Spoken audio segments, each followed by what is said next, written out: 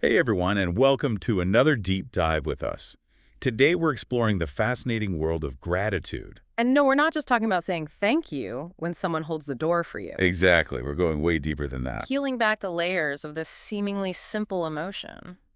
That actually has a pretty complex history and meaning across different cultures. And to guide us on this journey, we have Margaret Miser's book, The Gift of Thanks, The Roots and Rituals of Gratitude. This book is seriously mind-blowing, and I can't wait to share some of the insights with you all. So be sure to hit that like button and subscribe so you don't miss out on future deep dives like this one. So are you ready to have your assumptions challenged? Because we're about to uncover a truth that might surprise you. Gratitude isn't something we're born with. It's not innate. Yeah, it's more like a complex social dance we learn. And it's been tangled up with power and obligation for centuries. Which is super fascinating when you start to think about it. It really makes you question everything you thought you knew about basic human decency. Visser points out that kids don't just magically come into the world saying please and thank you. Right. Remember those forced thank yous you mumbled as a kid because your parents were giving you that look? We've all been there. It takes years of prompting, nudging, and sometimes even bribery for kids to even grasp the concept of gratitude. So if it's not innate, how did gratitude even become a thing? Yeah, that's a good question. How did this whole idea of expressing thanks even evolve? Well, Visser delves into the sociobiological perspective and things get pretty wild. Ooh, I love when things get wild. Some scientists believe that gratitude is actually a form of reciprocal altruism. Reciprocal bet now. Reciprocal altruism. It's like a fancy way of saying, you scratch my back, I'll scratch yours. Okay, I can get behind that. It's like a survival strategy. Exactly. Like, you help me, I help you, and we both survive. So it's less about warm, fuzzy feelings and more about ensuring our survival as a species. Well, it's probably a bit of both. But it's fascinating to see how something as complex as gratitude might have its roots in basic survival instincts. So are we saying that gratitude is just a selfish act disguised as politeness? Not necessarily, but it does raise some interesting questions about the motivations behind our actions. And it's not just a human thing either. Wait, you're telling me animals feel gratitude too? Well, not exactly feel in the same way we do, but there are definitely examples of reciprocal altruism in the animal kingdom that look a lot like gratitude in action. Okay, give me an example. Think about cleaner fish. They get a free meal by eating parasites off bigger fish. And the bigger fish get a clean bill of health and avoid getting sick. So it's a win-win situation for everyone. Exactly. It's a mutually beneficial relationship. Driven by instinct, sure, but it ensures the survival of both parties. Okay, so maybe gratitude is less about warm fuzzies and more about, I won't eat you if you clean my teeth. Uh-huh, maybe. But here's where things get even more mind-blowing. Gratitude isn't a one-size-fits-all kind of thing. Wait, really? You mean different cultures have different ways of expressing gratitude? Absolutely. And Visser takes us on this global tour of gratitude, exploring how it's expressed, perceived, and valued in different cultures. Okay, I'm intrigued. Tell me more. Well, for example, she talks about the Bemba people of Zambia. They have this tradition where certain relatives are expected to give you gifts, no strings attached. So, like, it's not a surprise. It's just part of their culture. Exactly. It's not seen as a special favor. It's just how things are done. Wow, so in that context, saying thank you would almost feel irrelevant. Right, because the gift isn't seen as something that needs to be acknowledged with gratitude. It's an expectation. That's so different from how we view gifts in many Western cultures, where the emphasis is on surprise and reciprocation. It really highlights how much our cultural background shapes our understanding of gratitude and Yeah. how what might be considered polite in one culture could be seen as strange or even rude in another. I never thought about it like that before. This is already making me question so many things. And it gets even more complicated when we look at historical encounters between different cultures. Oh, you mean like those stories of European explorers encountering indigenous cultures and misinterpreting their customs? Exactly. Visser talks about how European explorers often labeled indigenous cultures as ungrateful because they didn't express thanks in the expected European way. But their customs around sharing and gift-giving were based on completely different social structures and understandings of obligation. Exactly. It's a classic example of projecting your own cultural biases onto others. It's a good reminder that what we perceive as normal or polite is often just a product of our own cultural conditioning. And that we should be careful not to judge other cultures based on our own limited perspectives. So have we completely shattered your understanding of gratitude yet? I think we're getting there. Good. because we're just getting started. Visser also dives into the nuances of gratitude in Japanese culture. Oh, yes, that's a great example of how even seemingly simple expressions of gratitude can have layers of meaning. Well, she contrasts the traditional sumimasen, which can be both an apology and a thank you, with the more modern adoption of thank you and sorry, which are more directly aligned with Western expressions. So even the way we say thank you is evolving and being influenced by global culture. It is, and it shows how language and culture are constantly interacting and shaping one another. This is so fascinating. It's like we're peeling back the layers of an onion and discovering all these hidden complexities within something as seemingly simple as gratitude. And we're not even done yet. We haven't even touched on the whole web of obligation that gets woven into gratitude. Ooh, yeah. That's where things get really interesting. It's like saying thank you can sometimes be more about navigating social hierarchies than expressing genuine appreciation. Precisely. And Visser uses some really fascinating examples from different cultures to illustrate this point. Okay, hit me with an example. I'm ready for more mind-blowing revelations. Well, she talks about the Isla people. Imagine accepting hospitality, but there's no pressure to immediately reciprocate. So it's like, come on in, stay as long as you like. No need to worry about returning the favor right away. Exactly. But here's the catch. It creates this unspoken debt that you're expected to repay later. Often with interest, I'm guessing. You got it. It's a fascinating example of how gratitude can become this complex social currency. So less, thank you for the delicious meal, and more like, I'm in your debt and the interest is accruing. Haha, exactly. And it shows how gratitude can be deeply intertwined with social and political systems, even when we think we're just being polite. It's like gratitude can be used to reinforce existing power structures. It can. And that's something that's often overlooked when we think about gratitude as this purely positive emotion. Right. It's not always sunshine and rainbows. There's a whole lot of social and cultural baggage that comes along with it. Which makes it even more important to unpack and understand. Absolutely. Because if we're not aware of these complexities, we can easily fall into the trap of using gratitude as a tool for manipulation or control. Or we can misinterpret the actions of others based on our own limited cultural understanding. So gratitude is not just about feeling good.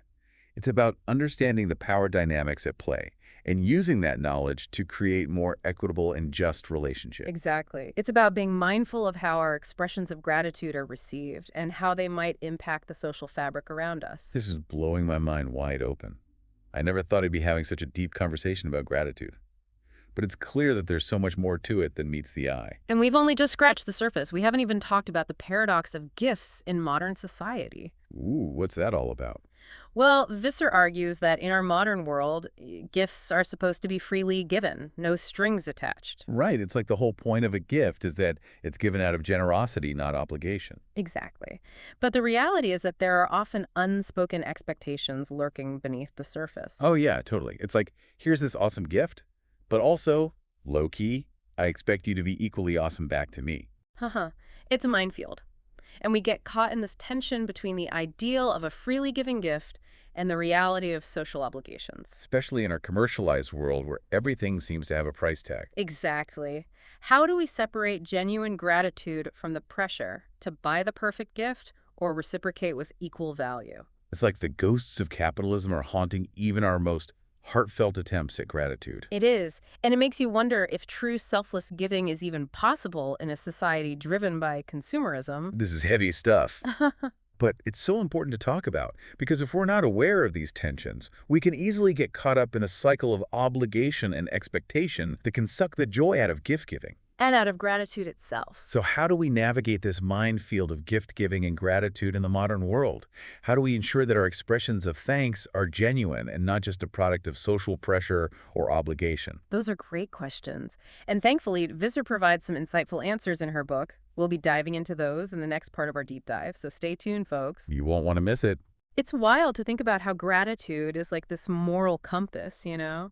Like it tells us right from wrong. Is that what you mean? Well, sort of. More like it reveals how we think about giving back or what we feel like we owe others when they're kind to us. Okay. Yeah, I see that. Like, is it just about being polite, or is there something deeper going on? Exactly. And Visser really digs into that. Like, historically, was gratitude even a feeling people valued. So what you're saying, people just went through the motions, like, thanks for the feudal lord for not chopping off my head. Pretty much. She points out that for a long time, gratitude wasn't about this warm feeling in your chest. It was more like a social contract, a rule you had to follow. Okay, so less aw thanks and more I better stay on this guy's good side or else. Exactly. Think of those feudal societies we talked about. Gratitude was all about maintaining order, keeping everyone in line. Makes sense, I guess. If everyone's constantly backstabbing and being ungrateful, the whole system collapses. Right. Visser even uses Beowulf as an example. Remember how he showered everyone with gifts? Oh yeah, like way over the top with the generosity. Well, she argues it wasn't just about being nice. He was creating this web of obligation that he could call on later, like a social safety net. Smart move, Beowulf. And of course, Shakespeare had to weigh in on this too, as he does on everything. Oh yeah, Shakespeare loved a good dose of drama.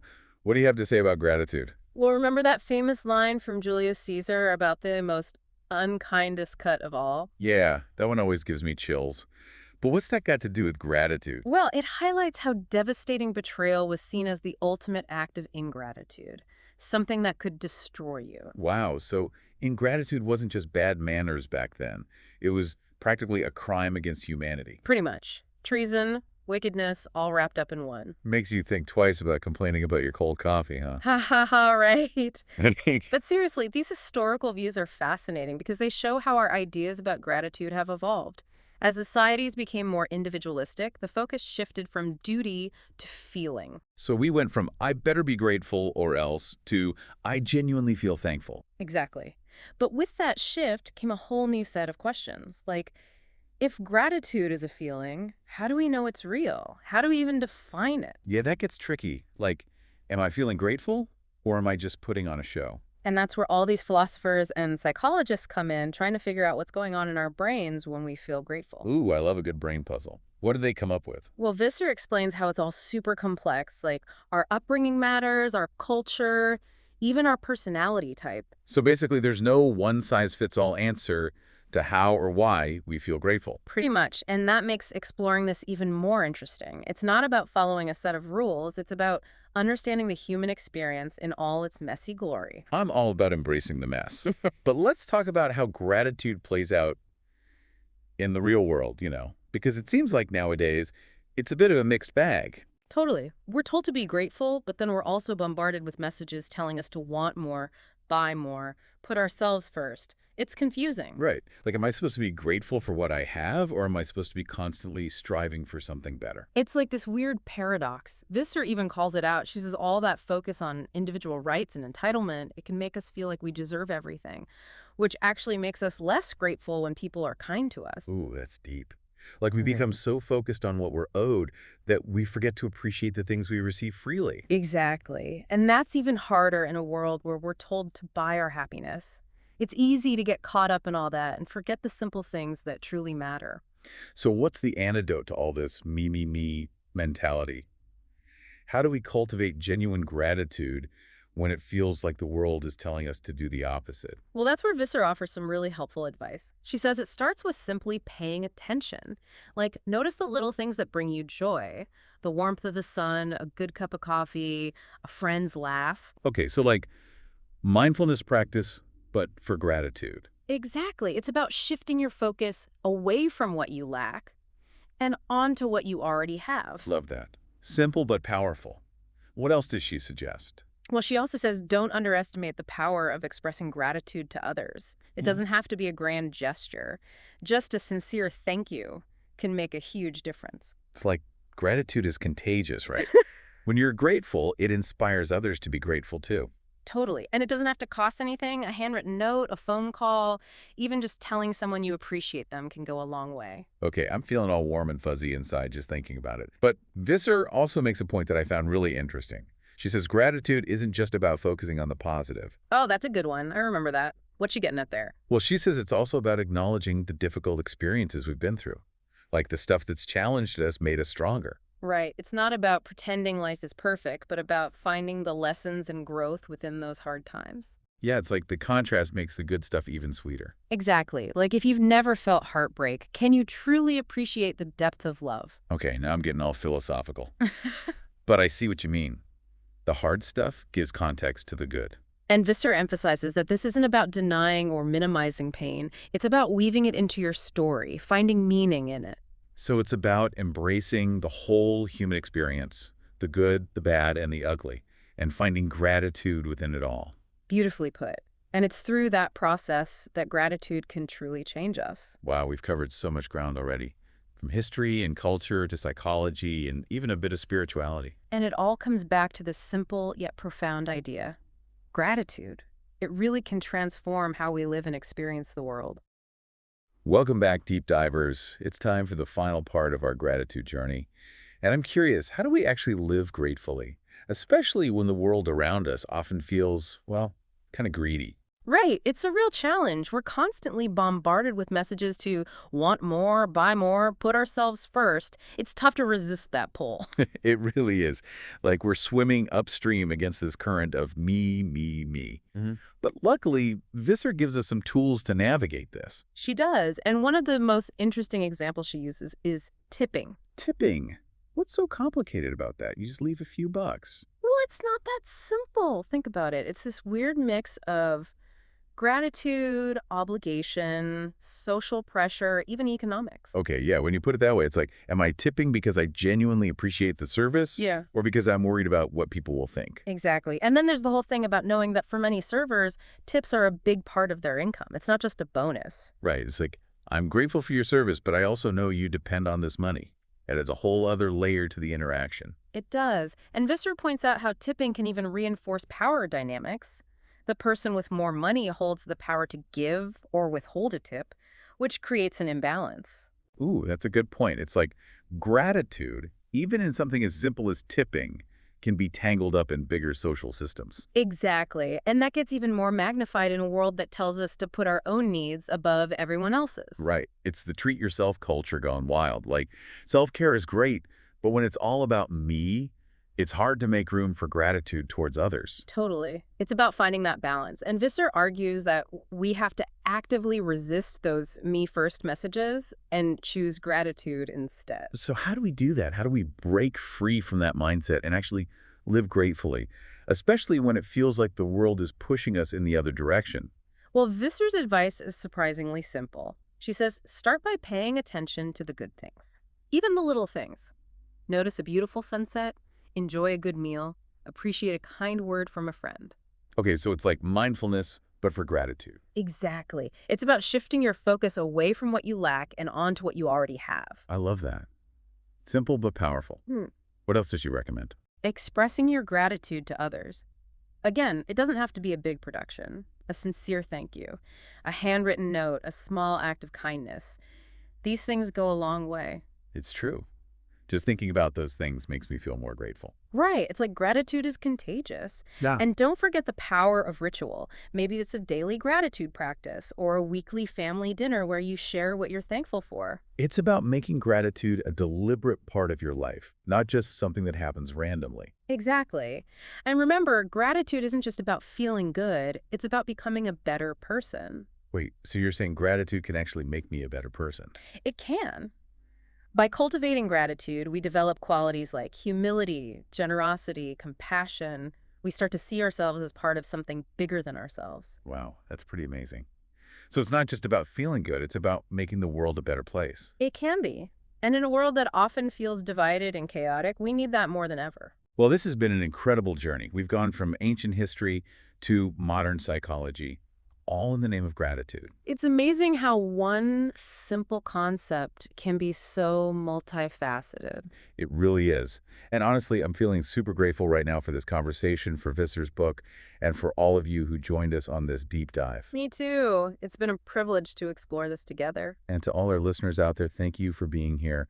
We hope you've learned something new about gratitude and maybe even feel inspired to practice it more in your own lives. Remember, gratitude is a practice, not a destination. So keep practicing, keep sharing your gratitude, and keep making the world a brighter place. And don't forget to hit that like button and subscribe so you don't miss out on future deep dives.